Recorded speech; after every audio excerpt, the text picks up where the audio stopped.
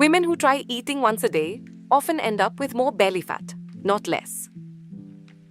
And endocrinologists tracking female hormone response have known why for years. The female body after 40 does not treat 23 hours without food as an opportunity. It treats it as a threat. And when a body reads a threat, it does one thing above everything else. It holds. Today, hour by hour, you will see exactly what your body is doing during OMAD and why the result is so different from what anyone promised you. Hour 0. The meal. The meal itself sets something in motion that most women never see coming. And it starts within minutes of the first bite. The way you eat that one meal determines what your next 23 hours look like. A single large meal after a long fast causes a faster, higher blood sugar spike than the same food spread across the day would. The pancreas responds with a proportionally large insulin release. In a body with lower estrogen, that response is already dysregulated. Estrogen helps insulin do its job efficiently. Less estrogen means insulin works more slowly, blood sugar stays elevated longer, and the body spends more of the post-meal window in storage mode rather than recovery. The transition into fat burning does not begin when you stop eating. It begins when insulin finally clears, and that clearance takes longer than the studies predicted because the studies used younger bodies. What happens in the hours that follow depends entirely on how quickly that transition actually happens. Hours 1 through 4. The insulin window. Most people believe fat burning starts at hour 1. For women over 40, the actual start time is often much later, and the gap is not small. Insulin is a storage hormone. While it is elevated, fat cells do not release stored fat. Period. In a younger female body with healthy estrogen levels, insulin clears relatively quickly after eating, within 2 to 3 hours. In a perimenopausal or postmenopausal body, estrogen no longer supports that clearance at the same speed.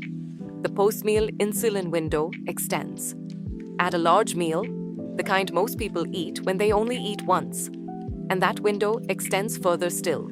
The body is not burning fat in hour 1. It is not burning fat in hour 2. It is finishing the job the meal gave it, which means the actual fat burning window inside a 23-hour fast is shorter than anyone advertising OMAD will tell you. The clock is running, but fat burning has not started yet.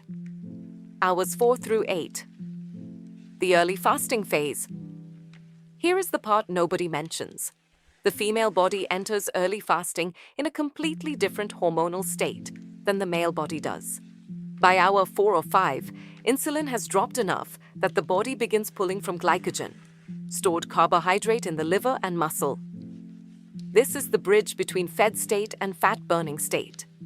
In men, this transition is relatively smooth. Cortisol rises modestly, focus sharpens, energy lifts. The evolutionary logic is clean. Hunger signals the need to hunt, so the male body primes for action. In women, the picture is different. Cortisol rises, but estrogen, which normally dampens the cortisol response, is lower. The brake is weaker. Cortisol goes up, and it does not come down as quickly. The body is not reading this fast as an opportunity to access stored fat. It is reading it as a sustained threat. And when a body reads a sustained threat, the instruction is not burn. The instruction is conserve. Hold the stores, especially around the belly. This is the moment OMAD begins to separate from the promise it made. Just hours 8 through 12. The cortisol peak. There is a specific point inside the fasting window where the female stress response peaks. And it is not the point where fat burning is highest. It is the point where fat storage is most defended. Around hours 8 through 12, cortisol is often at its highest within the fasting window. Elevated cortisol does two things that directly undermine belly fat loss. First, it signals the liver to release glucose into the bloodstream without any food being eaten. Blood sugar rises. Insulin follows. The body returns briefly to storage mode, in the middle of what was supposed to be a fat-burning window. Second, cortisol specifically promotes fat storage around the abdomen, not because of a flaw, because in a body reading sustained stress, visceral fat is a reserve, and cortisol is the instruction to protect it. The belly holds, not despite the fast, but because of it. That is exactly what I built the Natural Mounjaro protocol around. A 21-day system designed specifically for how the female body responds to fasting after 40. It works with the cortisol window, not against it, using specific timing, foods, and a fasting structure that activates GLP-1 naturally without triggering the stress response that makes OMAD backfire. The link is on screen if you want the practical version of everything we are covering. But cortisol is only one part of what shifts during a full OMAD day. Hours 12 through 16. The muscle signal. Something happens around hour 12 that the fat loss headlines never mention. And it matters more than almost anything else for women over 40. After 12 hours without food in a body under sustained cortisol pressure, the liver begins breaking down muscle tissue for fuel. This process, called gluconeogenesis, converts amino acids from muscle into glucose to keep blood sugar stable.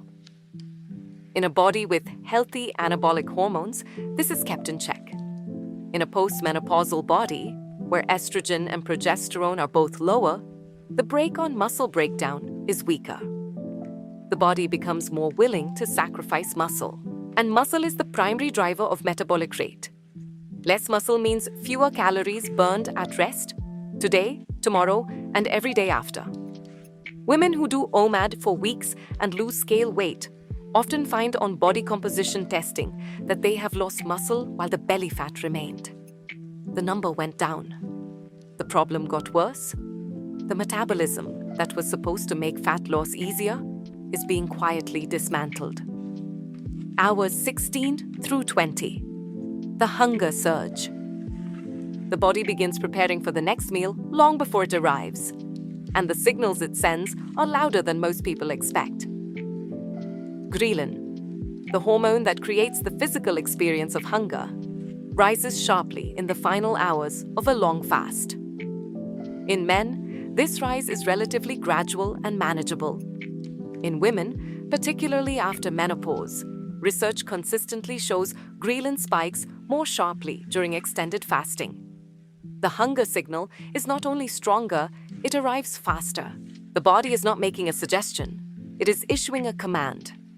And when ghrelin spikes hard, the brain does something predictable.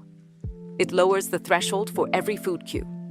The reward system primes for overcorrection.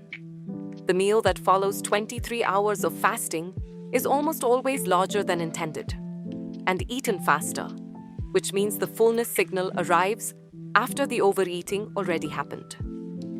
The elegant caloric math that made OMAD seem logical quietly collapses. The body is smarter than the protocol. It compensates. Every time.